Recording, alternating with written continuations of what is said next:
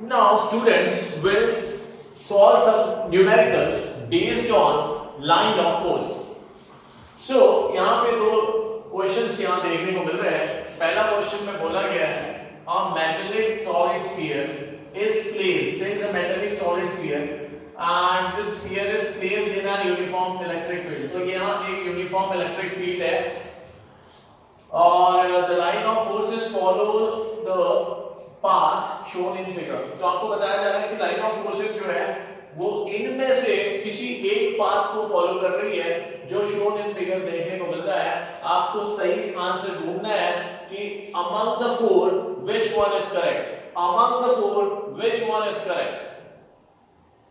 ठीक है, तो ये लाइन ऑफ फोर्स पहले वाला केस है, ये सेकंड वाली लाइन ऑफ फोर्सेस है, ये सारी की सारी यूनिफॉर्म फील्ड्स है.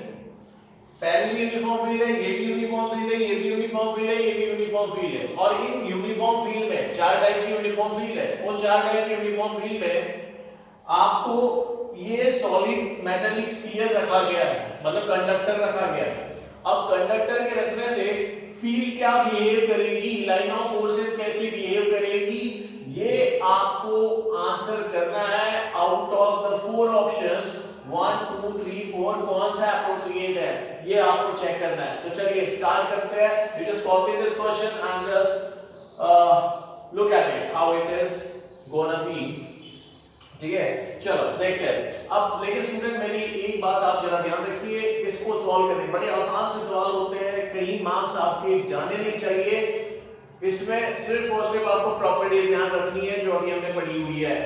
तो वो सारी की सारी प्रॉपर्टीज को रिमेंबर करो, just remember it and solve it, apply it. कैसे देखिएगा, हमने पढ़ा था कि मेटालिक स्फीयर के अंदर लाइन ऑफ फोर्सेस एक्सटेंड होती है. देखो भाई एक प्रॉपर्टी ये पढ़ी है कि मेटालिक स्फीयर के अंदर लाइन ऑफ फोर्सेस एक्सटेंड होती है, उसके अंदर फील्ड नहीं होती है. तो अब जरा इस फिगर की अगर बात करें तो इसमें हमें समझ में आ रहा है कि सेकंड वाली लाइन ऑफ फोर्स, सेकंड वाली फील्ड में ये बताया जा रहा है कि लाइन ऑफ फोर्सेस जा रही है, इसके अंदर से जा रही है, तो ये तो हो नहीं सकती. तो आपके पहले दो आंसर कट गए, दो ऑप्शंस कट गए आपके पहले. सेकंड और थर्ड तो है ही नहीं, नॉट इन द आंसर. तो ये ऑलरेडी कट हो गए. अब चलिए देखते हैं पहले वाले को जरा डिस्कस करते हैं. चलो पहले वाला जा रहा है, ये फील्ड जा रही है लाइंस, कंडक्टर आ रहा है, अंदर नहीं है. चलो ये तो मान लिया कि अंदर में पहले वाली फील्ड, पहले वाले केस में अंदर में फील्ड 0 दिखा रहा है, बिल्कुल बढ़िया. ठीक है, अब यहां से जा रहा है और यहां से बाहर निकल रही है. अब जरा समझो क्या होता है जब भी आप फील्ड के अंदर, जब भी आप किसी फील्ड के अंदर, से फॉर एग्जांपल फील्ड के अंदर एक इलेक्ट्रिक फील्ड ले लीजिए. फॉर एग्जांपल ये सारी की सारी इलेक्ट्रिक फील्ड है. इलेक्ट्रिक फील्ड कहां से निकलती है और कहां जाती है, पॉजिटिव से नेगेटिव की तरफ. अब इस इलेक्ट्रिक फील्ड में आपने एक मेटालिक स्फीयर रख दिया. अब मेटालिक स्फीयर रख दिया तो होगा क्या, तो होगा कुछ यूं कि मेटल्स के पास फ्री चार्जेस होते हैं. थोड़ा समझो, कांसेप्ट समझो. मेटल्स के पास फ्री चार्जेस होते हैं, तो अंदर the influence of electric field इस मेटल के अंदर के जो चार्जेस होंगे, इस मेटल के अंदर के जो चार्जेस होंगे, इस मेटल के अंदर के जो चार्जेस होंगे वो एक साइड में आ जाएंगे पॉजिटिव, एक साइड में आ जाएंगे नेगेटिव और एक साइड में आ जाएंगे पॉजिटिव. एक साइड में आ जाएंगे नेगेटिव और एक साइड में आ जाएंगे पॉजिटिव. तो यहाँ पे नेगेटिव नेगेटिव नेगेटिव नेगेटिव, यहाँ पे positive positive positive positive. Clear. अब जरा ध्यान दीजिए, ये जो लाइन ऑफ फोर्सेस है, मैंने अभी एक पॉइंट पढ़ाया था कि लाइन ऑफ फोर्सेस जो होती है वो अट्रैक्टेड बाय नेगेटिव चार्ज होती है and repel by positive charges. तो सुनो क्या होगा. और दूसरा एक पॉइंट ये बताया था प्रॉपर्टीज में, अभी हमने डिस्कस किया है कि किसी भी मेटल सरफेस पे line of forces normally incident करती है और नॉर्मली ही बाहर निकलती है. अब अगर ये प्रॉपर्टी को अगर डिस्कस किया जाए तो यहां तो देख लो भाई क्या है, तो ये अंदर की ओर आ रही है, मतलब पॉजिटिव चार्ज. देखो ये जो है ये नेगेटिव चार्ज है, तो ये पॉजिटिव से नेगेटिव की तरफ लाइन ऑफ फोर्सेस आ रही है. इस तरीके से लाइन ऑफ फोर्सेस इस तरीके से आ रही है. इस साइड में पॉजिटिव है तो पॉजिटिव से बाहर की ओर निकलेगी, इधर नेगेटिव है तो टर्मिनेट होती है. आपने पढ़ा हुआ है प्रॉपर्टीज में कि नेगेटिव चार्जेस में लाइन ऑफ फोर्सेस टर्मिनेट होती है, ठीक है, उसकी तरफ जाती है और पॉजिटिव से बाहर निकलती है। तो यहाँ नेगेटिव की तरफ लाइन ऑफ फोर्सेस टर्मिनेट होगी और पॉजिटिव से बाहर निकलेगी, ये समझ लीजिए। अंदर में फील्ड जीरो होती है कंडक्टर के, अंदर में फील्ड जीरो होती है कंडक्टर के, तो यहाँ तो दिख रही है। लेकिन एक दूसरी पॉइंट ये सामने आता है कि electric line of forces normally incident करती है मेटल की सरफेस पे। नॉर्मली याद रखना, उस मेटल की सरफेस को नॉर्मल मतलब परपेंडिकुलर। अब जरा ध्यान दो, ये सरफेस अगर मैंने ले ली, इसको अगर टेंजेंट मैंने यहाँ ड्रॉ कर लिया, इस सरफेस को एक टेंजेंट ड्रॉ कर ली, तो ये वाली जो लाइन है उस टेंजेंट को परपेंडिकुलर नहीं जा रही है। यहाँ पे भी अगर यहाँ टेंजेंट इस सरफेस को एक छोटी सी टेंजेंट ड्रॉ करी उस पॉइंट पे, तो ये आप देख पा रहे होंगे कि ये वाली जो लाइन ऑफ फोर्स है ये परपेंडिकुलर बाहर नहीं निकल रही है। तो बिकॉज ऑफ दिस, ये जो प्रॉपर्टी थी कि नॉर्मली इंसिडेंट होना और नॉर्मली बाहर निकलना, ये जो है ये भी फेल हो गई यहाँ पे। तो बचा क्या है, बस यहाँ पे अगर मैंने एक टेंजेंट ड्रॉ की तो आपको समझेगा ये नॉर्मली इंसिडेंट कर रही है, नॉर्मली एंटर कर रही है, यहाँ पे करूँ तो नॉर्मली बाहर निकल रही है। तो करेक्ट आंसर इज 4। तो आपका option number D is the correct answer in this question. So this is the answer for the question. Clear? चलिए आगे बढ़ते हैं। चलो गाइस आगे बढ़ते हैं और सेकंड क्वेश्चन की तरफ बढ़ते हैं। तो सेकंड क्वेश्चन देखिए, यहाँ पूछा गया है the figure shows some of the electric field lines corresponding to an electric field the figure suggest. ये फिगर आपको क्या सजेस्ट कर रहा है, ये फिगर आपको क्या इंफॉर्मेशन दे रहा है। देयर आर 4 ऑप्शंस, 4 ऑप्शंस में यहाँ ये फिगर में आप देख पा रहे हो there are 3 points A, B and C। अब इन पॉइंट्स पे और यहाँ इलेक्ट्रिक लाइन ऑफ फोर्सेस आपको देखने को मिल रही है, there is a pattern like this. अब आपको बोला जा रहा है कि A पॉइंट पे फील्ड कितनी होगी, B पॉइंट पे कितनी होगी, C पॉइंट पे कितनी होगी और उसका आपस का क्या रिलेशन है, क्या कंपैरिजन हो सकता है। तो आइए जरा बड़ा आसान सा क्वेश्चन है, समझ लेते हैं इसको। तो अब हमारे पास 3 पॉइंट्स हैं, 3 पॉइंट्स की फील्ड, यहाँ की फील्ड EA मान लेते हैं, यहाँ की फील्ड EB मान लेते हैं, यहाँ की फील्ड EC मान लेते हैं। अब हमने प्रॉपर्टीज पढ़ी थी और उसमें एक प्रॉपर्टी हमने ये पढ़ी थी कि इलेक्ट्रिक फील्ड का जो मैग्नीट्यूड होता है वो इलेक्ट्रिक लाइन की डेंसिटी पे डिपेंड करता है कि कितनी ज्यादा इलेक्ट्रिक लाइंस होगी उतनी ज्यादा उसकी इलेक्ट्रिक फील्ड होगी। मतलब इलेक्ट्रिक फील्ड की जो डेंसिटी होती है, इलेक्ट्रिक लाइन ऑफ फोर्सेस की जो डेंसिटी होती है वो प्रोपोर्शनल टू फील्ड होती है। जहां पे ज्यादा डेंस, जिस पॉइंट पे डेंसिटी ज्यादा उस पॉइंट की फील्ड ज्यादा, जिस पॉइंट पे डेंसिटी कम उस पॉइंट की फील्ड कम। आइए जरा देख लेते हैं। अच्छा ये A पॉइंट पे आइए, A पॉइंट को जब आप देखते हो, इस पॉइंट को आप देखते हो तो यहाँ पे 3 लाइन ऑफ फोर्सेस है, they are close to each other, 3 है। क्लियर? तो इस हिसाब से इसकी डेंसिटी जो होगी ये, इसकी डेंसिटी के हिसाब से फील्ड जो है ज्यादा डेंस होने के कारण यहाँ पे फील्ड स्ट्रांग होगी, यहाँ पे फील्ड स्ट्रांग होगी because line of forces are very close to each other, मतलब वो रीजन थोड़ा सा डेंस है। सिमिलरली इसकी अगर बात करते हैं तो यहाँ पे भी सेम सिनेरियो कि यहाँ पे भी डेंस रीजन है बिकॉज़ लाइन ऑफ फोर्सेस काफी करीब है। तो इतने रीजन में लाइन ऑफ फोर्सेस करीब होने के कारण यहाँ की भी डेंसिटी जो है लाइन ऑफ फोर्सेस की ज्यादा होने के कारण यहाँ की भी फील्ड जो होगी वो थोड़ी सी स्ट्रांग होगी। क्लियर? अब समझ लो यहाँ 3 लाइन ऑफ फोर्सेस है, यहाँ 3 लाइन ऑफ फोर्सेस है, तो ऑब्वियस सी बात है दोनों की फील्ड सेम होगी, दोनों लगभग बराबरी की डेंस है। तो यहाँ की फील्ड और यहाँ की फील्ड, यहाँ की फील्ड सॉरी गाइस यहाँ पे EC रहेगा, तो यहाँ की फील्ड और यहाँ की फील्ड क्या रहेगी, सेम रहेगी। तो यहाँ देख लो किस ऑप्शन में EA EC दिख रहा है, वो ऑप्शन पहले ढूंढो आप। तो मेरे ख्याल से EA EC देखा जा रहा है, तो ये इसमें भी आप बोल सकते हैं EA EC, EA EC या EA EC। ये तो पहले ही कट हो गया आपका ऑप्शन, पहला ऑप्शन A ऑप्शन तो पहले ही कट हो गया। अब जो बचे हुए 3, इसमें से सही कौन सा है ये जरा समझते हैं। अच्छा ये तो समझ में आ गया कि EA EC, then how about EB। तो आइए जरा EB देख लीजिए, तो समझ में आता है कि EB में लाइन ऑफ फोर्सेस एक दूसरे से बहुत दूर है।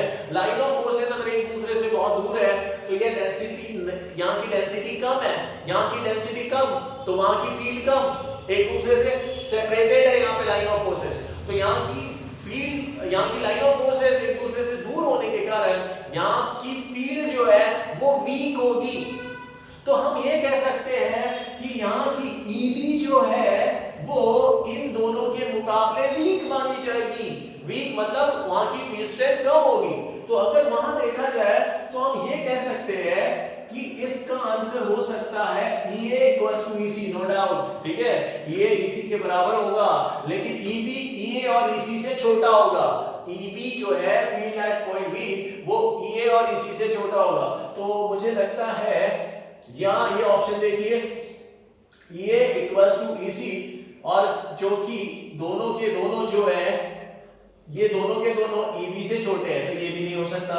अच्छा ये देखिए, तो अच्छा ये क्या कह रहा है, B देखो तो जरा, EA equals to EB equals to EC, ये तो पॉसिबल ही नहीं है। तो फिर ये वाला ऑप्शन जो बचा है वो क्या कहता है, EA equals to EC, yes correct, और ये दोनों जो है वो EB से बड़े हैं, बिल्कुल सही। सो द करेक्ट ऑप्शन है C। तो इसका आंसर आ जाएगा C is the answer for this question, और यहाँ पे student D is the answer for the question. तो इस केस में इस तरीके के न्यूमेरिकल्स को हम इस तरीके से सॉल्व करते हैं। तो ऐसे क्वेश्चन के लिए हमने प्रॉपर्टीज को अच्छे से समझना है स्टूडेंट, और इस तरीके से क्वेश्चन सॉल्व करने हैं। I hope it is understood. Now let's take another example. So here in this case the spatial distribution of the electric field due to charges A and B is shown in figure. Which one of the following statement is correct? Student ये question exam में आया हुआ है AIIMS में। तो यहाँ देखिए कि यहाँ पे A और B नाम के दो चार्जेस है, और उसमें फील्ड लाइंस को इस तरीके से एक्सप्रेस किया गया है एट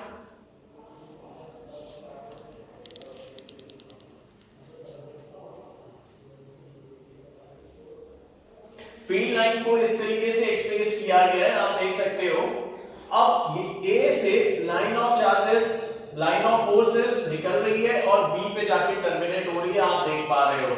अब सवाल ये पूछा जा रहा है कि आपको ये बताना है कि A पॉजिटिव है या B पॉजिटिव है, A पॉजिटिव है या B नेगेटिव है, और दोनों का मैग्नीट्यूड के बारे में पूछा जा रहा है। Very very easy and very very good question. आइए जरा समझते हैं इसको। मैंने आपको इसके पहले ही कहा कि आपको प्रॉपर्टीज अच्छे थरोली आपने बाय हार्ट कर देनी है, याद करनी है, अब समझनी है बेसिकली। तो आइए जरा चेक करते हैं हमारा आंसर क्या हो सकता है। सो इसमें हमने प्रॉपर्टीज, दो प्रॉपर्टीज को ध्यान में रखिए।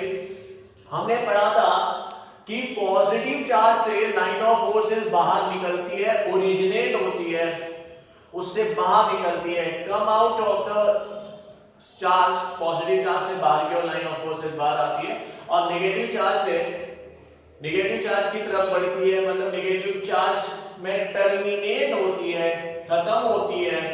तो इससे हमें समझना आएगा कि चार्ज कौन सा पॉजिटिव है और कौन सा नेगेटिव है।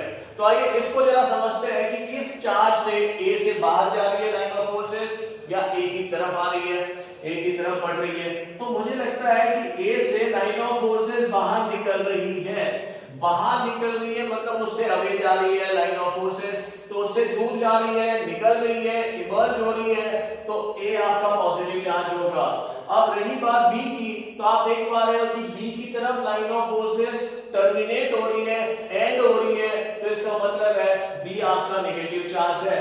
अब इन चारों पॉइंट्स में से आप चेक करो कि किस पॉइंट में ये बताया जा रहा है कि B आपका नेगेटिव है और A आपका पॉजिटिव है, वो पहले चेक कर लेते हैं।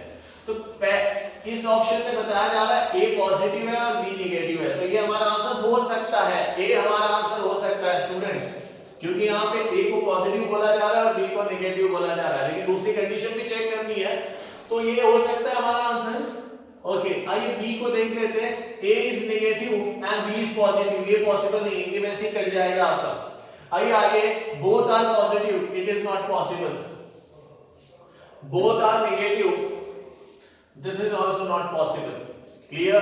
तो वैसे तो आपका आंसर पता चल गया, आपको A है, लेकिन हम इसको भी टेस्ट करेंगे, क्योंकि इसको भी टेस्ट कर लेते हैं, ठीक है, बिकॉज A बड़ा है या B बड़ा है। आइए इसको भी चेक कर लेते हैं। हमें तो पता चल गया है, पहली कंडीशन में पता चल गया कि आंसर A सही है, लेकिन आपको दूसरा भी समझ में आना चाहिए कि अगर मान लो कि अगर दो ऑप्शन में भी अगर ये वाली पहली कंडीशन पास हो जाती थी दो ऑप्शन में, तो फिर आपको सेकंड तो टेस्ट करना ही पड़ता था। तो ये भी समझ लीजिए, हमारा आंसर हमें पता है कि ये है करके, लेकिन आइए दूसरी टेस्ट देखते हैं।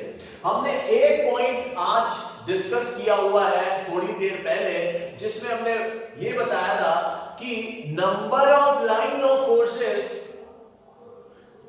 Determines the magnitude of the charge. जितनी number of line of forces निकलेगी चार्ज से या चार्ज की तरफ बढ़ेगी, वो प्रोपोर्शनल होती है चार्ज की मैग्नीट्यूड से।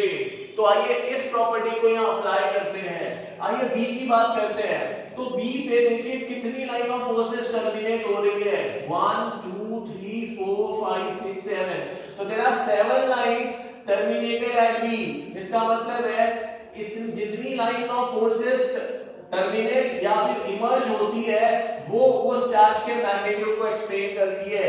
जितनी ज्यादा number of line of forces होगी उतना ज्यादा उतना बड़ा उसका मैग्नीट्यूड होगा चार्ज का। तो इसके पास 7 लाइन है, डी के पास कितनी लाइन है, 7 लाइंस। आइए ए के पास देखते हैं, 1 2 3 4 5 6 7 8 9 10 11। इसके पास 11 लाइन ऑफ फोर्सेस है। तो स्टूडेंट्स 11 लाइंस ए के पास है और 7 लाइंस बी के पास है। 11 लाइंस ज्यादा है तो इस वजह से आपका ए का मैग्नीट्यूड बड़ा है। लाइन ऑफ फोर्सेस जितनी ज्यादा उतना ज्यादा मैग्नीट्यूड ऑफ चार्ज। तो यहां से हमें समझ में आता है कि magnitude of charge A is greater than magnitude of charge B. इसका मतलब है हमें पूरी तरीके से कंफर्म हो गया कि option A is the correct answer. So please copy it. I hope it is understood.